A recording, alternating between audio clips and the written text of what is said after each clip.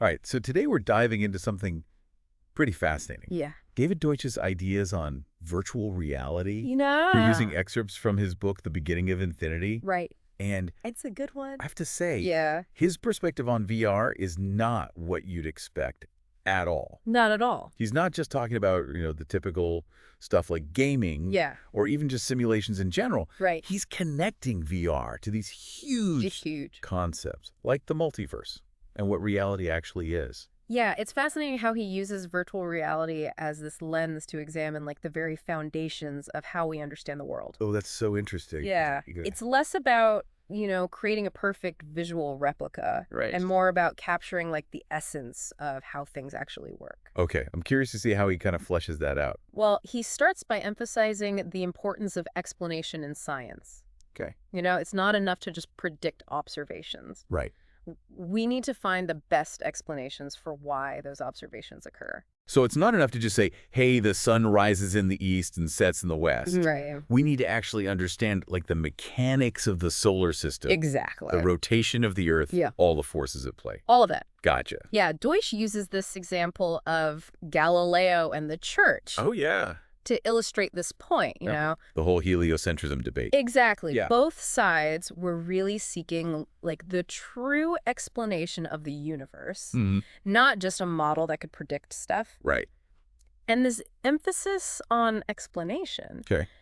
it has some pretty profound implications for how we think about virtual reality. I'm starting to see where he's going with this. Yeah. Even if a virtual reality experience feels super real, Right. it doesn't necessarily mean that we truly understand the principles that are actually generating that experience. Exactly. Like the difference between watching a magic trick Yeah. and understanding how the illusion actually works. I love that analogy. Yeah. And that kind of brings us to another interesting point Deutsch raises. Okay. The idea that our brains are already virtual reality generators. Whoa. Okay. Hello. Yeah. We're constantly constructing our own experience of the world Okay. based on the sensory input we're getting Right. and our internal processing. So if our brains are already creating these virtual realities, Right. does that mean there's like no difference between our everyday experience That's a great question. and a VR simulation? Not necessarily. Yeah. Deutsch argues that there's this key distinction. Okay. Our interaction with an external independent reality. Right. He brings up that story of Dr. Johnson kicking the rock Yes. to refute solipsism. I refute it thus. Exactly. One of my favorites. Such a simple but powerful demonstration that there's something out there that kind of pushes back against us. Right. Something that exists independently of our minds. Totally. And a good VR experience needs to capture that aspect of reality too. It can't just be a passive visual and auditory spectacle. Right. There has to be a sense that the virtual environment is Yeah. responding to our actions, that it has like its own internal consistency and logic. So like when I'm playing a VR game Yeah. and I try to push a virtual object, Right.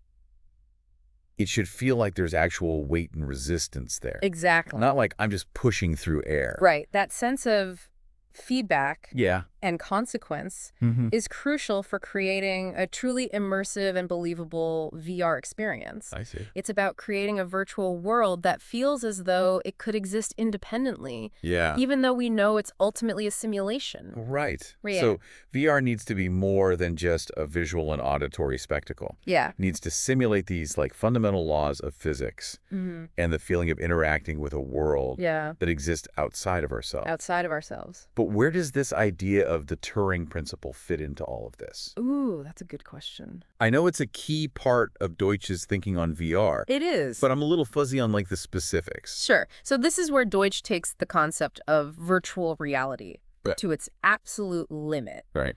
The Turing principle, as he defines it, Okay. states that it is possible to build a virtual reality generator Mm-hmm. capable of simulating any physically possible environment. Wait, any physically possible environment. So we're not just talking about recreating a walk in the park. Nope. We're talking about simulating like the formation of galaxies, Yes. the birth of stars, maybe even the evolution of life itself. Precisely. If it's allowed by the laws of physics. Okay. The Turing principle says we can, in theory, Yeah. create a VR experience of it. All right. But here's where it gets really interesting. Okay. Deutsch is careful to point out that this principle has limits. Okay, so what are those limits? Good question. Does this mean we could simulate things that are physically impossible, like traveling faster than the speed of light or walking through walls? That's a great question. Yeah. And it gets to the heart of what Deutsch is trying to say. Okay. The Turing principle is bound by the laws of physics, governing the VR generator itself. Right. It can't simulate anything that would violate those fundamental laws. Even within the virtual environment. Even within the virtual environment. So it's like having a super advanced flight simulator. Yeah. That can mimic all sorts of incredible scenarios. But can't actually defy gravity. Right. And let me float out of the cockpit. Exactly. Okay. As realistic as the simulation might be, it's still bound by the physical limitations of the real world. Right. It can't break those boundaries entirely. It can't. Gotcha. Yeah, it's constrained by the reality of the computer running it. Okay. Which means it can't simulate things that are logically impossible or contradict those fundamental laws of physics. So we've established that VR is about more than just visuals. It needs to feel real. Real. Have internal consistency. Yep. And it's bound by the laws of physics, even when simulating these incredibly complex things. Right. But I feel like there's this whole other layer of complexity. That's exactly what I mean. That we haven't even touched on yet. We've been discussing a fairly classical view of physics. Right. But what about quantum mechanics? Yeah. Where does that fit into Deutsch's vision of virtual reality? Right. We've been talking about this like neat and tidy picture of the universe. Yeah. But quantum mechanics throws a whole wrench into things. It does. Doesn't it? It does. Does Deutsch even address that? It absolutely does. Okay. And this is where things get really mind-bending. Right. Deutsch argues that quantum mechanics, far from contradicting the Turing principle, actually deepens it. Really? In a profound way. Okay. He suggests that quantum phenomena, like the way a single particle can interfere with itself, points to the existence of a multiverse. A multiverse. Whoa, hold on. Yeah. Are we talking about more than one universe? More than one. Like multiple versions of reality? Multiple versions. Existing simultaneously? Simultaneously. Yeah. That's right. All right. Deutsch argues that the multiverse is full of copies of every particle and object, each existing in a slightly different state. Okay. And here's the kicker. Right. Each of those copies is still subject to the same laws of physics. Okay. And could theoretically be simulated by a sufficiently advanced VR generator. Wait, so you're saying that if every quantum possibility is realized in some universe, there could be versions of ourselves out there experiencing entirely different virtual realities right now? That's precisely what Deutsch suggests. This is blowing my mind. It's a wild idea. Yeah. But it aligns perfectly with his emphasis on explanation. Right. And the Turing principle. Okay. The multiverse becomes this ultimate playground for virtual reality, a space where every physically possible scenario, no matter how strained or improbable, is playing out somewhere. Okay. My brain is officially in overdrive. I know, it's a lot. Multiverse. Yeah. Virtual realities branching off in every direction. In every direction. This is incredible. It's huge. But let's not get too carried away. Okay. How does time travel fit into all of this? Oh, another good one. I know Deutsch has some pretty unique ideas on that topic as well. He does. Deutsch views time travel as another form of virtual reality. Hold on. Time travel is like virtual reality. Kinda? I know they both involve like messing with our perception of reality. They do. But it seems like a giant leap to say they're the same thing. It is a leap. Yeah. But a fascinating one. Hey. Consider Deutsch's thought experiment, where you step into a time machine. Okay. And encounter versions of yourself from the future. Right. It challenges our linear perception of time, right? Yeah. It suggests that the past, present, and future might all exist simultaneously in some sense. Okay. I think I see where you're going with this. Yeah. So just like in a VR environment, where we can jump between different scenarios or locations, time travel within the multiverse would allow us to explore these alternate timelines. Yes. Without actually changing the past. Right. Or creating paradoxes. Exactly. And again, the key here is Deutsch's emphasis on explanation. Right. If we can explain the multiverse and the nature of time in a way that makes sense, then time travel becomes a logical consequence. Okay. Just another aspect of reality that we can potentially experience. Through technology. This is all so much to absorb. It is. We've talked about VR as a tool for understanding reality. Yeah. This mind-blowing concept of the multiverse. And even touched on time travel. It's a lot. And we're just getting started. We're just getting started. There's so much more to unpack. Yeah. And that's what we'll be doing in the next part of our deep dive. I can't wait. See you then.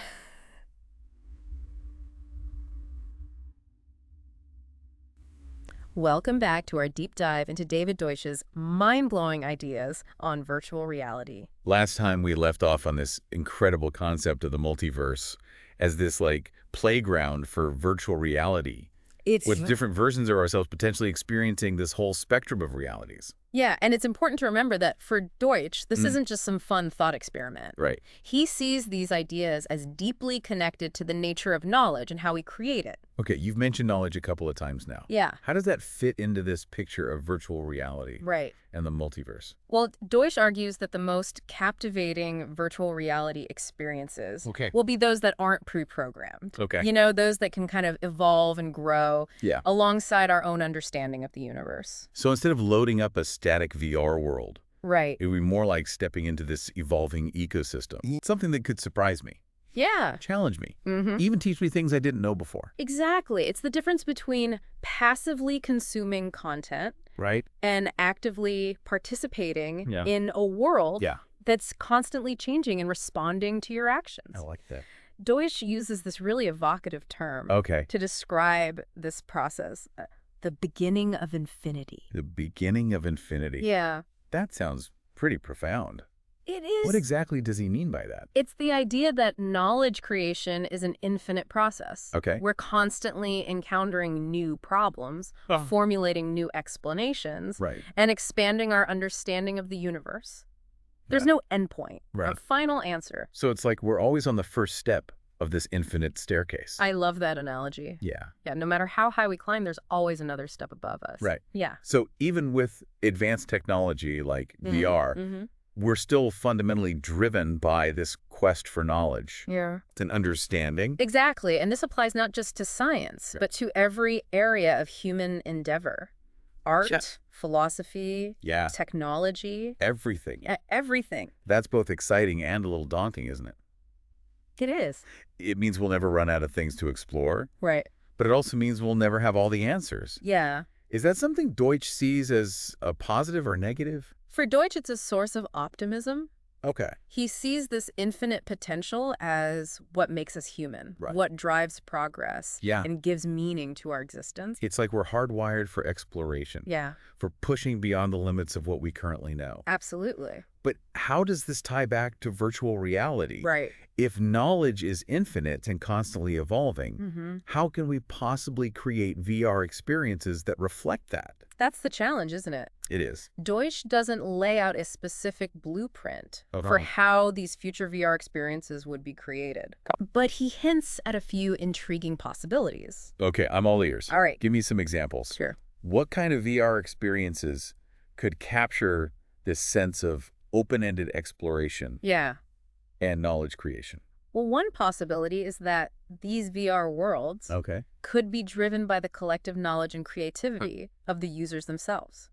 Okay. Imagine a VR space where the laws of physics are malleable, where users can collaborate to build new environments, new creatures, even new laws of nature. That's wild. It would be like this giant collaborative sandbox where the only limits are our imagination and the computational power of the system. Okay. And this is where the concept of the multiverse comes back into play. Right. What if these collaborative VR spaces were connected across different universes? Okay, hold on. Yeah. Are you saying that VR could become a bridge between universes? It's possible. A way for different versions of ourselves? Yeah. To connect and collaborate on like a cosmic scale. It's a mind-boggling concept. It is. But it fits perfectly with Deutsch's vision of knowledge as this infinite, ever-expanding realm. Yeah. You know, he truly believes there are no limits to what we can discover and create. Okay. Especially when we combine human ingenuity with the power of technology. Okay, let me try to wrap my head around this. Sure. We've got VR that's unpredictable and open-ended. Driven by collective creativity. Yeah. Potentially spanning multiple universes. It's a lot. It sounds incredible, but also a bit overwhelming. It is. How do we even begin to grasp the implications of all this? That's the challenge, isn't it? Yeah. Deutsch's ideas kind of push us to the very edge of what we can currently imagine. It's true. He's not just talking about a new technology. Right. He's talking about a fundamental shift in how we understand reality and our place within it. It's like he's giving us a glimpse of a future that's both exhilarating and terrifying. A future where the lines between physical reality, virtual reality, and the multiverse become increasingly blurred. Absolutely. And where knowledge and creativity become the driving forces of our evolution. They do. Not just as individuals, but as a species. As a species. This has been such an incredible journey so far. Yes. We've covered so much ground. We have. But I know there's still more to explore. There is. Right. And we'll continue our journey into David Deutsch's thought-provoking ideas in the final part of our deep dive. Can't wait. See you soon. Welcome back. It's amazing to think we're already at the final part of our deep dive into David Deutsch's ideas on virtual reality. I know, it's flown by. We've covered so much ground. We have. From the importance of explanations to the multiverse, this infinite potential of knowledge, and even time travel. It's been quite a journey. It really has, and I have to admit, I'm still reeling from that concept of VR as a bridge between universes. I know, right? It's just so wild to imagine different versions of ourselves collaborating and sharing knowledge across different timelines. It's a truly mind-expanding idea. It is. But before we get too carried away with all the infinite possibilities, there's one crucial aspect of Deutsch's thinking that we haven't touched on yet. Oh, and what's that? Well, we've talked a lot about the potential benefits and exciting implications of VR, but we haven't really discussed the potential downsides. Right. Deutsch is a known optimist. Right. But even he acknowledges that there are risks associated with this technology, especially as it becomes more advanced and immersive. Now that you mention it, I can definitely see where some concerns might arise. Yeah. If VR can become so realistic and intertwined with our thoughts and experiences, couldn't it be used to manipulate or control people? Absolutely. I can imagine all sorts of dystopian scenarios where people become addicted to VR. Right. Or lose touch with reality altogether. Yeah, it's like that classic sci-fi trope of people plugging into a virtual world and forgetting about the real one. Exactly. It's a scary thought. It is. Especially considering how realistic VR is becoming. Yeah, but I can't imagine Deutsch suggesting that we should abandon this technology entirely. No, he doesn't. That doesn't seem like his style. You're right. He doesn't advocate for banning or rejecting VR. He firmly believes that the potential benefits far outweigh the risks. But he stresses the importance of approaching this technology with a great deal of caution and foresight. So it's all about finding a balance, right? Harnessing the incredible power of VR while also safeguarding against its potential for misuse. Absolutely. It's kind of like how we approach any powerful tool. Right. There's always a risk of it being used for harmful purposes. Exactly. And Deutsch believes that the key to navigating this challenge lies in our commitment to reason and critical thinking. We need to be acutely aware of the potential biases and limitations of VR, just as we need to be critical of all forms of information and technology. That makes a lot of sense. Yeah. It's about cultivating a healthy skepticism. Yeah. A willingness to question what we see and experience. Right. Even when we're immersed in the most convincing virtual environments. Exactly. It's about recognizing that VR, like any tool, yeah, can be used for good or for ill. Absolutely. And it's about taking responsibility right. for how we develop and use this technology. Mm-hmm. We can't just assume that VR will automatically lead to positive outcomes. Yeah. We need to actively shape its development and ensure that it's used ethically and responsibly. This conversation has definitely given me a lot to think about. Me too. It's exciting to imagine all the incredible things we might achieve with VR. Yeah. But it's also sobering to consider the potential pitfalls. It is. At the end of the day, I still can't help but feel a sense of awe and wonder at the possibilities Deutsch has laid out. I know what you mean. It's a dizzying mix of excitement and trepidation. It really is. But that's often the case with truly groundbreaking ideas. Right. You know, they challenge our assumptions, yeah. expand our horizons, and force us to confront the unknown. And ultimately, I think that's what makes Deutsch's vision of virtual reality so compelling. I agree. It's not just about escapism or entertainment. Right. It's about pushing the boundaries of what's possible. Yeah. Exploring the nature of reality itself. Yeah. And using our creativity to shape the future. Beautifully said. And as we wrap up our deep dive into these ideas, Yeah. I want to leave our listeners with one final thought to ponder. Okay.